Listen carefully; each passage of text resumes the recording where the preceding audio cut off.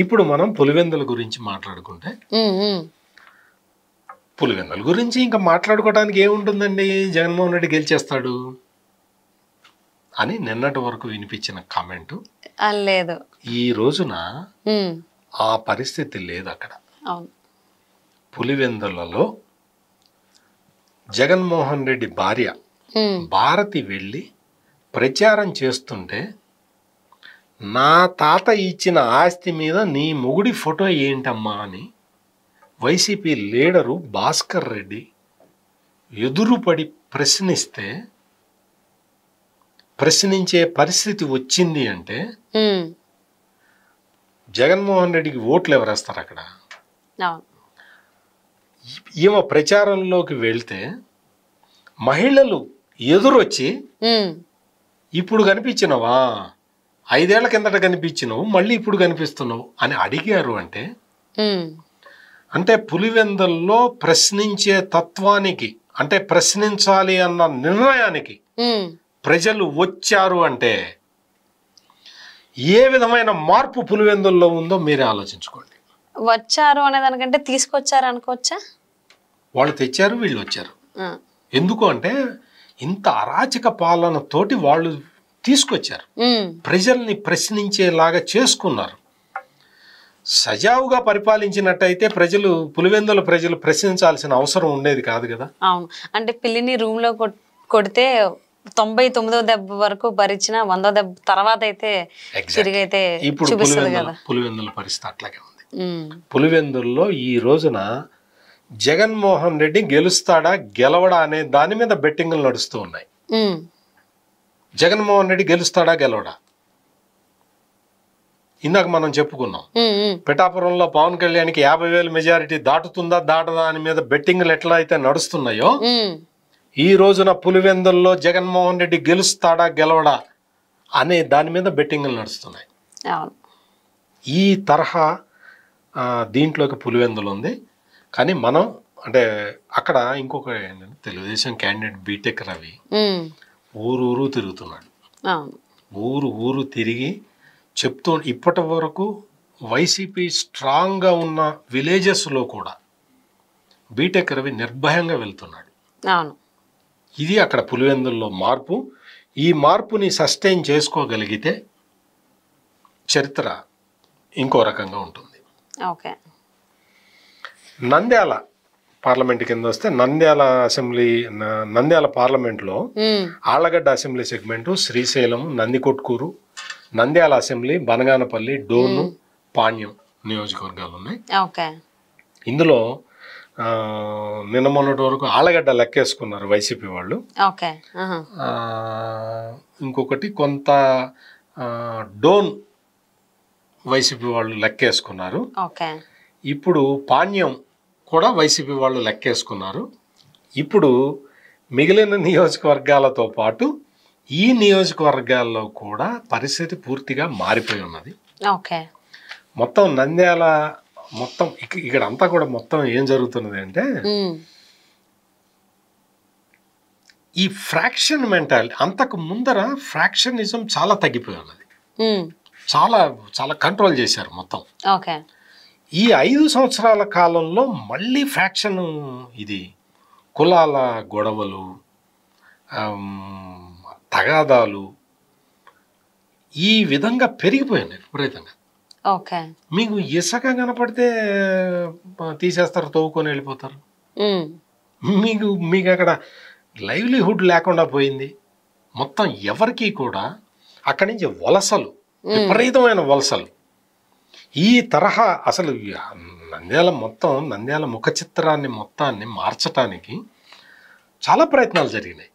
Nandyal parliament కాన్స్టిట్యున్సీలో PV Narasimha Rao లాంటి నాయకుడు గెలిచాడు అక్కడ. ఆయన గెలిచిన తర్వాత రైల్వే లైన్లు వేయటం దగ్గర నుంచి lift irrigations, drinking water schemes, ఇటువంటివన్నీ మహానుభావుడు పివి నరసింహారావు చాలా చేశాడు.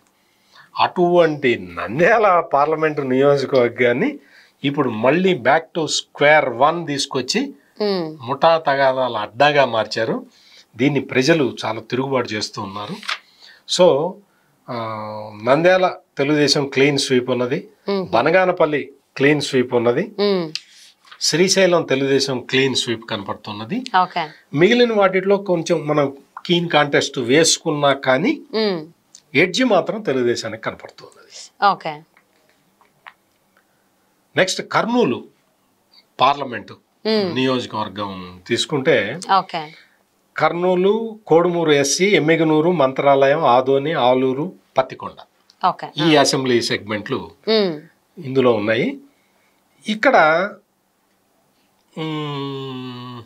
చాలా పేదరాలు, అత్యంత పేదరాలు బుట్ట రేణుక పోటీ చేస్తున్న నియోజకవర్గం కూడా ఇక్కడే ఉంది. ఓకే. చాలా పేదరాలు. ఆమెకి మొత్తం హైదరాబాద్లో సగం ఆస్తులు ఆమె ఉన్నాయి. ఆమెను చూస్తే పరిచయం చేశాడు జగన్మోహన్ రెడ్డి, చాలా పేదరాలు అని. ఈ తరహాలో మొత్తం ఇక్కడ అంతా కూడా ఇంకొక వైసీపీ వేసుకున్న క్యాలిక్యులేషన్ ఏంటి అంటే మొత్తం ఈ కర్నూలు లోక్సభ కాన్స్టిట్యున్సీలో ముస్లిం పాపులేషన్ కొంత ఎక్కువ ఉంటుంది. కర్నూలు టౌన్లో కానీ ఇక్కడ తెలుగుదేశం వెళ్ళి బీజేపీ తోటి కలిసింది కదా, మనం అంత ఈజీ గెలిచేస్తామని ప్లాన్ చేసుకున్నారు. ఇప్పుడు పరిస్థితి ఎట్లా ఉందంటే కర్నూలు టౌన్లోనే అసలు మొత్తం నిన్నటి వరకు వైసీపీ కీన్ కాంటెస్ట్ వేసుకున్న అందులోనే మొత్తం మెజారిటీ ప్రజలు తెలుగుదేశం వైపు చూస్తూ ఉన్నారు. తెలుగుదేశం వస్తేనే మనకి కొంత సంక్షేమం అందుతుంది అన్న ఉద్దేశంలో వాళ్ళు పనిచేస్తూ ఉన్నారు. మీకు ఇందాక మీకు చెప్పినట్టు డోన్లో నంద్యాల పార్లమెంట్ కాన్స్టిట్యున్సీలో ఆర్థిక మంత్రి బుగ్గన రాజేంద్రనాథ్ రెడ్డి కూడా ఓడిపోతున్నాడు. సో ఇది కర్నూలు పరిస్థితి. కర్నూలులో మొత్తం అంతా కూడా వైసీపీకి ఒక మంత్రాలయం ఒకటి స్ట్రాంగ్గా కనపడుతున్నది. ఇంకక్కడ ఏమి వీళ్ళకి వచ్చే పరిస్థితి లేదు. నెక్స్ట్ మనం అనంతపూర్ లోక్సభ స్థానం గురించి మాట్లాడుకుందాం. ఇక్కడ Rayadurgam, Uravakonda, Guntakal, Tadipatri, Singanamala SC constituency, Anantapur urban, Kalyanadurgam ఈ అసెంబ్లీ సెగ్మెంట్స్ ఉన్నాయి. ఈ అసెంబ్లీ సెగ్మెంట్స్లో మీకు ఉరవకొండ జగన్మోహన్ రెడ్డి వేవ్ ఉన్నప్పుడే తెలుగుదేశం గెలిచింది.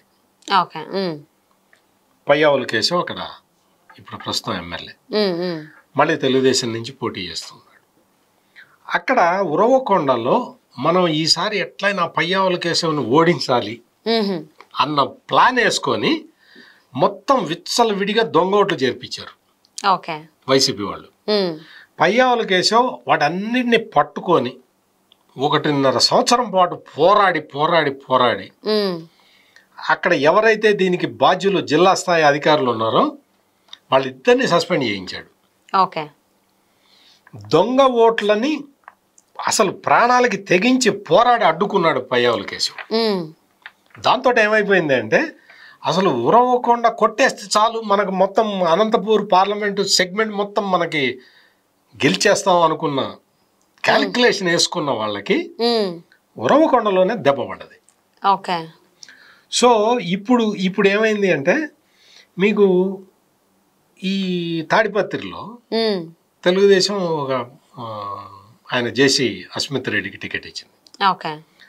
ఆయన తిరుగుతూనే ఉన్నాడు, మొత్తం తిరిగి చెప్తున్నాడు, ప్రజల్ని ఎడ్యుకేట్ చేస్తూ ఉన్నాడు. ఈ తరహాలో తెలుగుదేశం వేవ్ క్రియేట్ చేసుకున్నది. మొత్తం అంతా కూడా ఉమ్మడి అనంతపూర్ జిల్లా మొత్తంలో కూడా వేవ్ క్రియేట్ అయి ఉన్నది. ఇప్పుడు అందులో అనంతపూర్ పార్లమెంట్ కూడా అందులోనే ఉంది. ప్రస్తుతానికి ఏంటి అంటే అనంతపూర్ అర్బన్ ఒక్కటి కూడా అదొక కొంత అటు ఇటుగా కనిపిస్తూ ఉన్నది. బట్ అది కూడా ఇప్పుడు ఈ 2-3 రోజుల్లో మారిపోవడానికి అవకాశం కనపడుతూ ఉన్నది. సో ఈ అంటే ఇక్కడ మొత్తం మీకు గుంతకల్లో తెలుగుదేశం క్యాండిడేట్ని పెట్టింది. ఆ క్యాండిడేట్ ఎవరంటే జగన్మోహన్ రెడ్డి మంత్రివర్గంలో మంత్రిగా ఉన్న వ్యక్తి, నీ మంత్రి పదవి వద్దు, నువ్వు వద్దు అని రాజీనామా చేసి బయటకు వచ్చిన వ్యక్తి ఇప్పుడు తెలుగుదేశానికి క్యాండిడేట్. అంటే జగన్మోహన్ రెడ్డి మంత్రివర్గాన్నే కాదని చెప్పి బయటకు వచ్చిన వ్యక్తి తెలుగుదేశం పార్టీ అభ్యర్థిగా పోటీ చేస్తున్నాడు. అంటే ఈ తరహాలో తెలుగుదేశం పార్టీ ఏం చేసింది అంటే అక్కడ స్ట్రాటజికల్గా మూవ్ అయ్యి ఓకే. అంటే మనకి ఏ విధంగా ప్రజలకు ఎవరు సేవ చేశారు, ఎవరు దగ్గరగా ఉంటారు అన్న రీసెర్చ్ చేసి వాళ్ళు క్యాండిడేట్లను పెట్టుకోవడంతో ఇప్పుడు మొత్తం కూడా కంప్లీట్గా తెలుగుదేశానికి సానుకూల పవనాలు వీస్తూ ఉన్నాయి. ఓకే.